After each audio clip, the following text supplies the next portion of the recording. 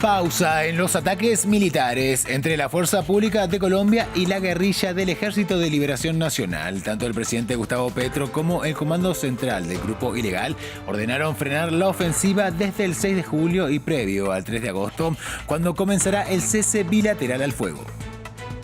Preocupación en la comunidad internacional por la crisis de seguridad en Haití. Los Estados miembros del Consejo de Seguridad de la ONU defendieron este jueves el despliegue de una fuerza multinacional en el país, mientras que el secretario de Estado estadounidense Antony Blinken dijo que Washington trabaja para conformar una fuerza internacional. Twitter amenaza con demandar a Meta por su nueva red social Threads. Un día después del lanzamiento, la aplicación del pájaro azul acusa al gigante de las redes sociales de quedarse con los servicios de sus antiguos empleados para crear una copia de su aplicación.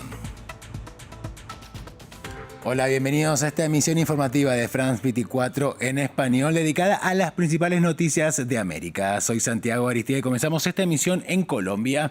A partir de este jueves, las fuerzas militares del país y la guerrilla del Ejército de Liberación Nacional pausan los ataques mutuos. Tanto el Comando Central del Grupo Armado Ilegal como el gobierno de Gustavo Petro impartieron la orden a sus respectivas tropas de frenar las acciones militares ofensivas con miras al 3 de agosto. En esa fecha comenzará el cese bilateral al fuego que pactaron en la mesa de negociaciones y que va más allá de una tregua en los ataques. La pausa inicial llega un día después de que el ELN secuestrara a una sargento y a sus 2 hijos menores de edad. El informe es de Juan Pupiales. Promesas de paz. El gobierno del presidente Gustavo Petro comienza desde este jueves un cese de hostilidades junto con la guerrilla del ELN, con la cual ya ha celebrado 3 rondas de conversaciones en un proceso de paz que dio inicio a finales del año pasado. Sin embargo, varias acciones violentas del ELN han marcado estas negociaciones. La última de ellas conocida este miércoles con el secuestro de una sargento y sus 2 hijos de 6 y 8 años, uno de ellos en condición de autismo en el departamento de Arauca, fronterizo con Venezuela.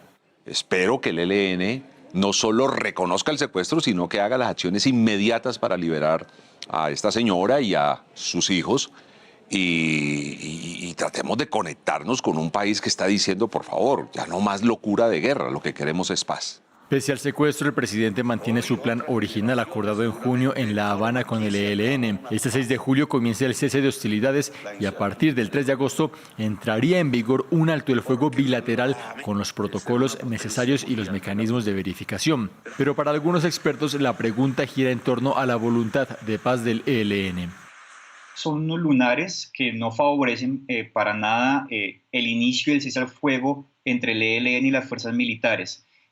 También pues parte del inicio de este cese pues sería bien acompañado en este caso de la liberación de la sargento y sus 2 hijos y también pues la suspensión de acciones militares por parte de esta estructura armada ilegal. Desde la oposición del Centro Democrático calificaron de farsa este proceso con el ELN. Se estima que esta guerrilla cuenta con unos 4.000 efectivos y poner fin a la lucha armada con ellos hace parte de la promesa de la paz total, bandera del presidente Petro. Y los Estados miembros del Consejo de Seguridad de la ONU defendieron este jueves el despliegue de una fuerza multinacional en Haití. La crisis humanitaria y de seguridad de la nación caribeña genera preocupación en la comunidad internacional. El secretario de Estado de Estados Unidos, Antony Blinken, dijo que su país trabaja de forma muy activa para conformar una fuerza internacional para ayudar a Haití. Además, aseguró que buscan construir una policía nacional haitiana y que mantienen conversaciones con países de la región. Como escucharon de los líderes en Haití, como escucharon del pueblo haitiano, como escucharon del secretario general de las Naciones Unidas, como escucharon de la OEA. Hay un consenso para que algún tipo de fuerza multinacional apoye el trabajo de la policía para tratar de crear algún espacio y un clima más seguro para que el trabajo que estamos haciendo con la policía y los servicios de seguridad en Haití tenga tiempo de afianzarse y el gobierno pueda recuperar el control del país y no tenerlo dominado como lo está en algunas partes por las pandillas. Y desde hace casi 2 meses, Estados Unidos dejó de aplicar el denominado Título 42 para deportar casi de manera inmediata a los migrantes que intentaban cruzar sus fronteras de manera irregular. La norma, creada en pandemia, dejó de estar en vigor el 11 de marzo y desde entonces el número de extranjeros en los límites con México bajó considerablemente, pero del otro lado dejó consecuencias como un sistema más engorroso para solicitar asilo. Hace cerca de 2 meses finalizó el polémico Título 42 y desde entonces se temía una afluencia masiva de migrantes intentando cruzar la frontera entre Estados Unidos y México, pero ha ocurrido todo lo contrario.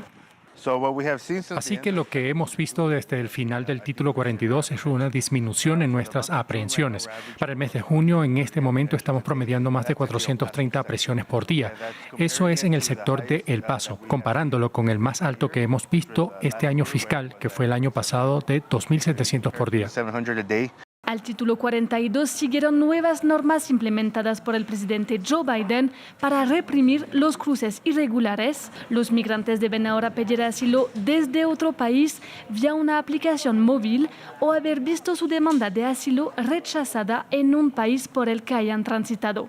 Y a los que se sorprenda cruzando de forma irregular, se le impondrá un veto para entrar al país por al menos 5 años. Es por eso que si antes muchos intentaban pasar la frontera en más de una oportunidad, las más recientes políticas migratorias los obligan ahora a esperar en México por un proceso que puede tomar meses o años. Bueno, todos los días igual, porque uno se para, se va para el parque, allá vende porque sale a pedir y veces no pide y así. A veces comemos bien y a veces comemos mal. Además, para muchos, el uso de la aplicación es difícil, no tienen teléfonos adecuados o un buen acceso a Internet. Empujar a los migrantes, detenerlos, abandonarlos o hacer deliberadamente el proceso tan difícil que abandonen su búsqueda para llegar a Estados Unidos es una política cruel que solo pone en riesgo a las personas. Aunque Joe Biden había prometido un sistema migratorio más humano que el de su predecesor, a día de hoy no lo ha logrado.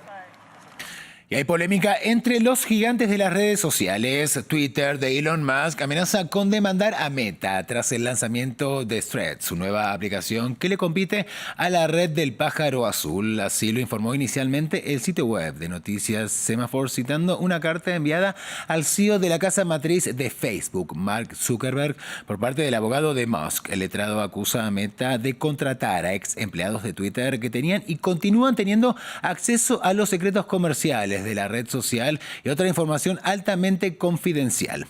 Desde que fue conocida, la nueva app es polémica por lo mucho que se parece a su competencia. Elon Musk y Mark Zuckerberg ya eran vistos como archirrivales. Pero Threads, el último lanzamiento de Meta, que desafía a Twitter, lleva la batalla de los multimillonarios a otro nivel. Los fans de uno y otro se burlaron mutuamente con fotos y videos, y señalando lo similares que son las dos aplicaciones. Threads podría crecer rápido, ya que 2.000 millones de personas usan Instagram, 8 veces más que Twitter. Es difícil saber si el disgusto y el descontento son lo suficientemente fuertes como para provocar un éxodo masivo o si será algo así como una lenta erosión de Twitter por Meta y si la gente irá allí y se quedará. Muchos usuarios están decepcionados por los recientes acontecimientos en Twitter. La plataforma empuja ahora a los usuarios a pagar por verificaciones y limita el número de tweets que pueden leer. La plataforma también se ha enfrentado a fallos técnicos. El fin de semana vimos cómo Twitter se caía y se han puesto límites a los usuarios para que no se vuelvan a romper los servidores. Así que si eres un usuario normal, solo podrás ver unos 5 minutos de tweets al día. No será hasta dentro de unos meses que veremos si la gente decide quedarse en Twitter o se va a Threads. Y en otras noticias, la Administración de Alimentos y Medicamentos de Estados Unidos aprobó por primera vez el uso de un medicamento que ralentiza los síntomas del Alzheimer. El fármaco lecanemab mostró ser eficaz a la hora de retrasar los efectos de esta enfermedad neurodegenerativa. La FDA ya había otorgado al medicamento una aprobación acelerada el pasado enero, pero todavía quedaba por realizar un último ensayo clínico que ha dado resultados satisfactorios. Llegamos así al final de esta emisión informativa. Ustedes pueden ampliar estas noticias y conocer muchas más en france24.com. Sigan junto a nosotros.